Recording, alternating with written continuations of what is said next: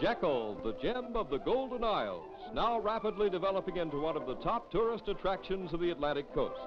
This summer, Jekyll Island bustles with visitors who come to swim, sun, golf, and fish, and to take it easy amid surroundings of unsurpassed beauty.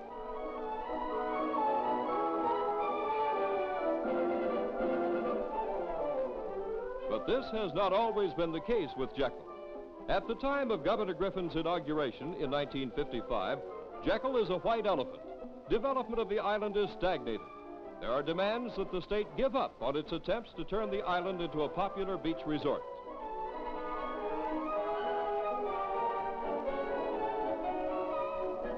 But Governor Griffin resists all such demands. Instead, he recommends that the General Assembly establish a new Jekyll Island Authority, empowered to put Jekyll back on the move. Acceding to the governor's request, the General Assembly creates an authority comprised of the Secretary of State, the Attorney General, the State Auditor, the Director of the State Parks Department, and the Chairman of the Georgia Public Service Commission. With the establishment of this authority by the Griffin administration, the success of the Jekyll project is virtually assured.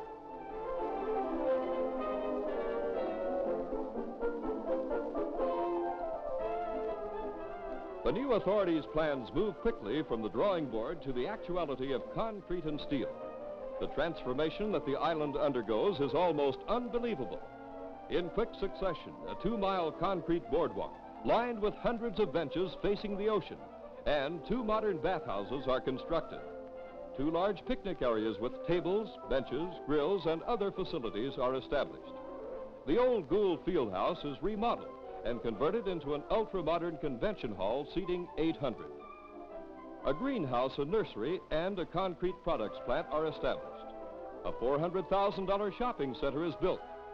For golfers, a new miniature golf course, a driving range, and a new brick clubhouse are opened.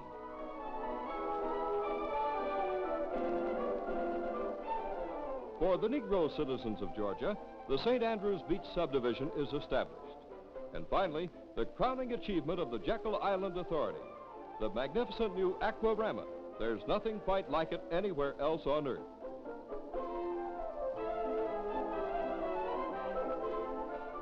The Aquarama is practical as well as beautiful. It houses a large glass-walled auditorium overlooking the ocean, an indoor, heated in winter, Olympic-sized swimming pool, and an expansive exhibition hall. The Aquarama, a building of which the administration of Governor Marvin Griffin may well be proud.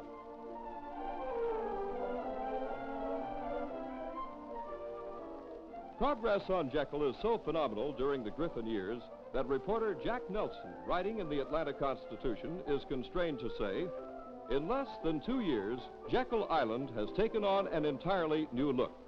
And the man who has provided the funds for the facelifting is Governor Griffin. He has done it with little fanfare, but the results speak for themselves.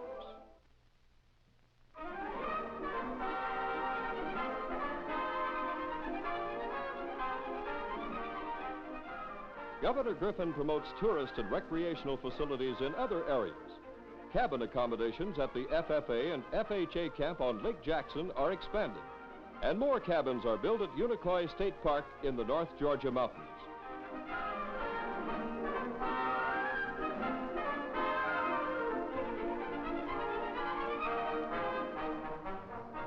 Negro Park facilities built or acquired during the Griffin years include George Washington Carver State Park on Lake Allatoona, Keg Creek State Park on the Clark Hill Reservoir, and the Negro 4-H Center near Dublin.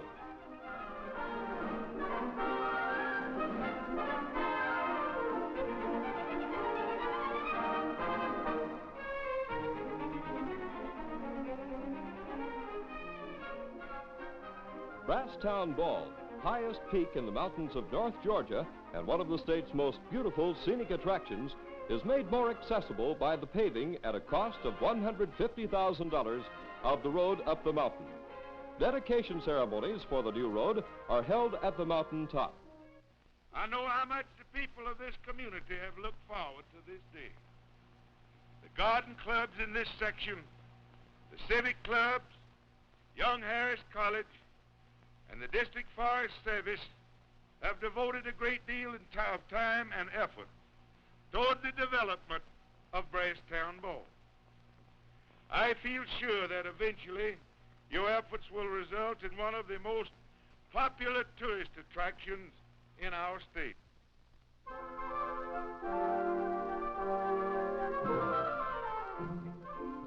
In the field of conservation, the Griffin years are unsurpassed in Georgia history. Fishermen will be interested in the new Steve Cock fish hatchery, recently completed near Dawson, at a cost of $159,000. It is considered a model in the nation and will augment the production of Georgia's 4 other hatcheries by 1 3/4 million fish annually. These will be used to stock the streams, huge public lakes, and private ponds throughout the state.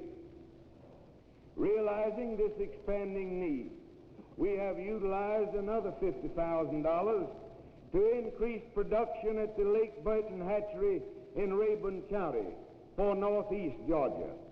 Progress made in the propagation of fish stock for good fishing in Georgia during the past 2 years has exceeded that of the previous 16 years combined.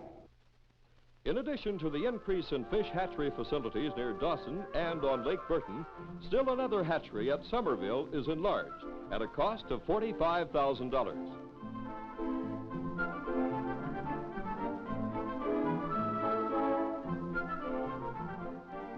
And forestry, in which Georgia has long excelled, is given special attention during the Griffin years. In 1956, the Georgia Forestry Center, the finest facility of its kind in the entire world, is established at Macon. And in 1957, Governor Griffin devotes the whole of one day to dedicating new forestry laboratory facilities.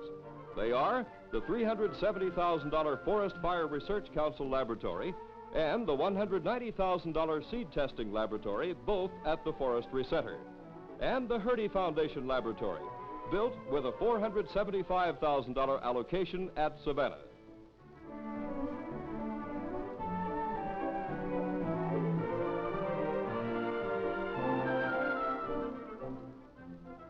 Other forestry facilities added during the Griffin years include 2 new pine tree seedling nurseries at Byron and Reedsville. We have established the nation's largest pine tree seedling nursery at Reedsville State Prison at a cost of $300,000. Completion of this new nursery will push Georgia's seedling production to 150 million trees annually, first in the entire country. It will enable Georgia to maintain her lead over all other states in reforestation and help our farmers to enjoy full benefits under the Soil Bank program.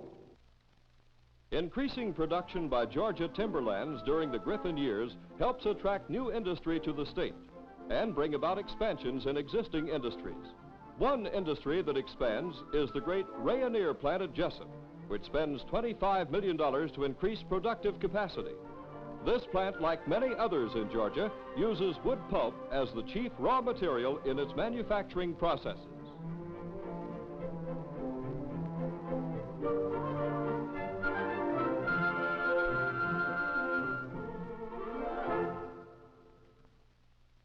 Into this project has gone countless hours of painstaking planning in order to present for the pleasure of all a museum in which will be stored some of the most priceless archaeological artifacts ever unearthed in the history of our nation. The Etowah site is regarded as the largest and the best preserved of all ceremonial sites in the Southeast. Ever mindful of our rich heritage, Governor Griffin takes steps to preserve historic sites and monuments. An allocation of $50,000 makes possible a museum at Etowah Indian Mounds near Cartersville.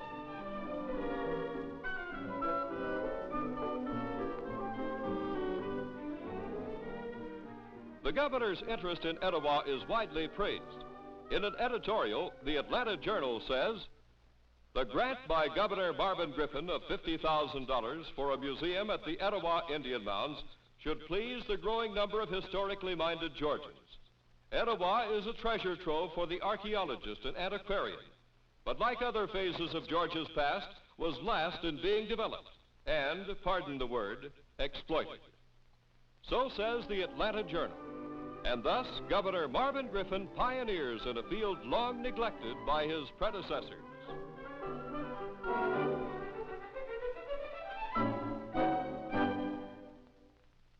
Other projects of historical importance received the governor's attention, and one of the most important is New Echota near Calhoun. New Echota, capital of the Cherokee Nation for the tribe's last 13 years in Georgia, home of Sequoyah, creator of the Cherokee alphabet. It is here that the Cherokee Phoenix, the first Indian language newspaper in history, was published.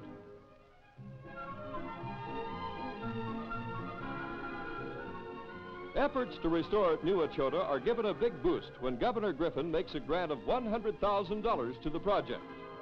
This, together with $250,000 appropriated by the General Assembly, make possible restoration of the Cherokee Phoenix office, the Cherokee Supreme Court, the Wooster House Mission, and Van's Tavern.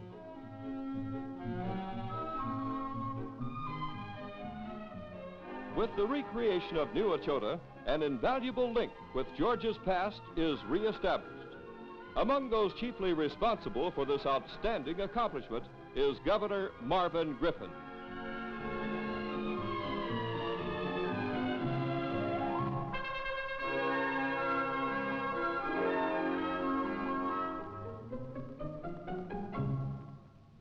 Governor Griffin's concern for Georgia's heritage is complimented by many citizens. Says the president of a local historical society, Governor Griffin has more zeal and enthusiasm for our history than any other governor before him, and probably after. That compliment was made during the dedication of the restored Van House, the home of the Cherokee chiefs James and Joseph Van, and the finest dwelling in the Cherokee Nation. Located on US 76 between Dalton and Chatsworth, the Van House deteriorated for nearly 150 years before a substantial effort to restore it was made. Finally, an aroused community bought the house and 3 acres of land and gave it to the Georgia Historical Commission. The commission, with a $70,000 grant from Governor Griffin, restored the house to its original splendor. Dedication ceremonies, held in July 1958, were attended by 42 descendants of the original chiefs and by other Cherokees now living in North Carolina and Oklahoma.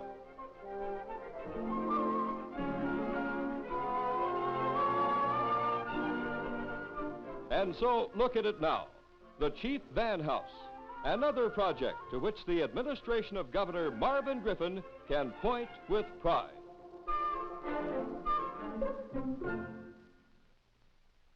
People of Georgia should be grateful for your vision and for your far-sighted action in preserving this historic building. The building of which the governor speaks is the state capitol. During the Griffin years, the Capitol Dome is completely rebuilt and the interior of the Capitol building refurbished.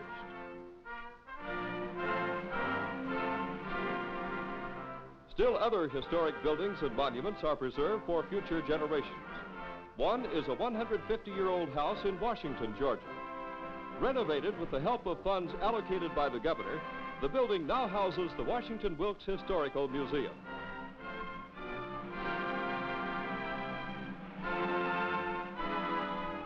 A $35,000 grant by the governor makes possible completion of the Crawford W. Long Memorial Museum in Jefferson, which perpetuates the memory of the discoverer of ether as an anesthetic.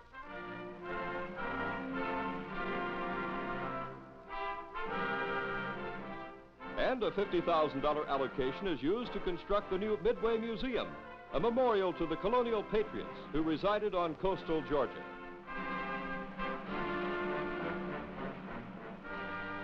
With these and similar projects, the administration of Governor Marvin Griffin does far more to remind Georgians of their rich heritage than all other administrations combined.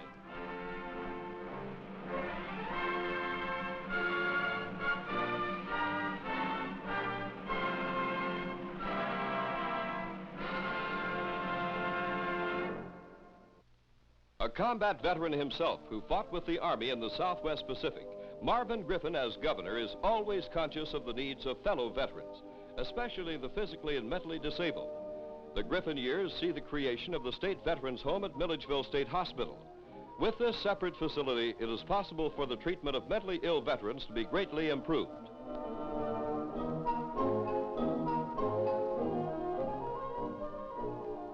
Also during the Griffin years, legislation is enacted granting free automobile license plates to veterans who lost arms or legs, hands or feet, or who were blinded as a result of active service. Says the governor, this is but a small token of our appreciation to those who gave so much when the country needed their services so badly.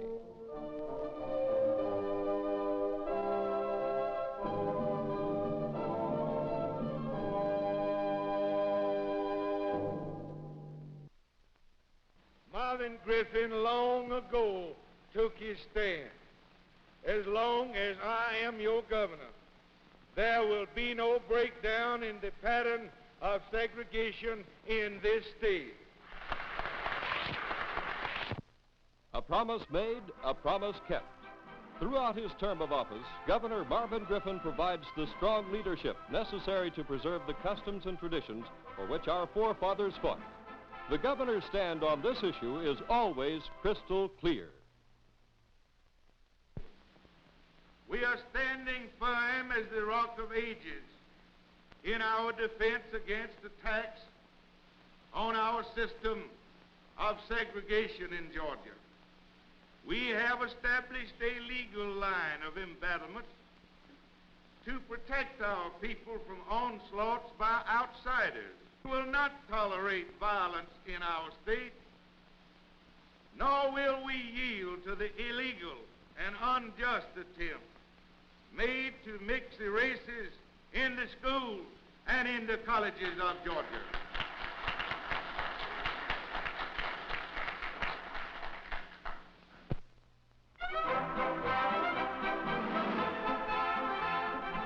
A promise made, a promise kept. Marvin Griffin does maintain segregation in Georgia. Not until his tenure of office is up and a new governor is in power do the integrationists begin to make headway in the state of Georgia. Marvin Griffin, the governor who means what he says when he promises to preserve hallowed traditions.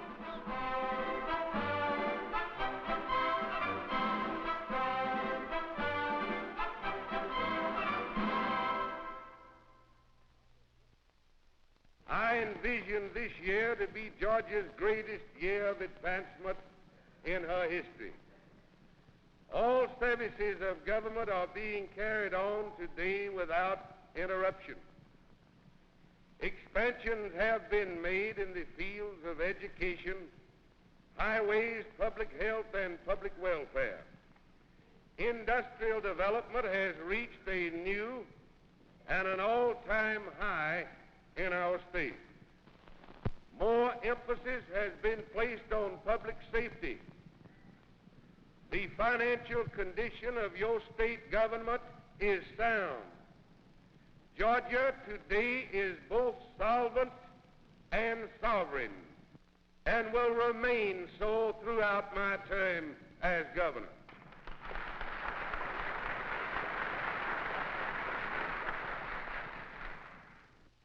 Marvin Griffin becomes nationally known as a governor who gets things done. No other governor in the entire history of this state has ever compiled a record of achievement that even begins to compare with Marvin Griffin's. A review of major accomplishments of the Griffin administration staggers the imagination. During the Griffin years, new all-time records are set in industrial expansion. New ports are opened at Brunswick and Bainbridge, and a third is planned at Augusta. Stone Mountain is acquired for the state, and its development as a major tourist attraction is begun. A great science center is built at the University of Georgia. An atomic reactor and radioisotopes laboratory are established at Georgia Tech. A new home for the Southern Technical Institute is built at Marietta. The world's finest farmers market is erected in Atlanta, and the world's finest forestry center is located at Macon. Many historic sites and monuments are preserved for future generations. Great strides are made in the development of Jekyll Island. The State Veterans Home at Milledgeville is open. Hospitals and health centers are constructed in many different communities. More than $2 million is expended to improve conditions for the exceptional children at Gracewood. Teachers are granted larger pay raises than ever before. 5,000 miles of rural roads are paved, and more than $60 million is spent for expressways and other road improvements in Fulton and DeKalb counties alone. Truly, Marvin Griffin is a governor who gets things done.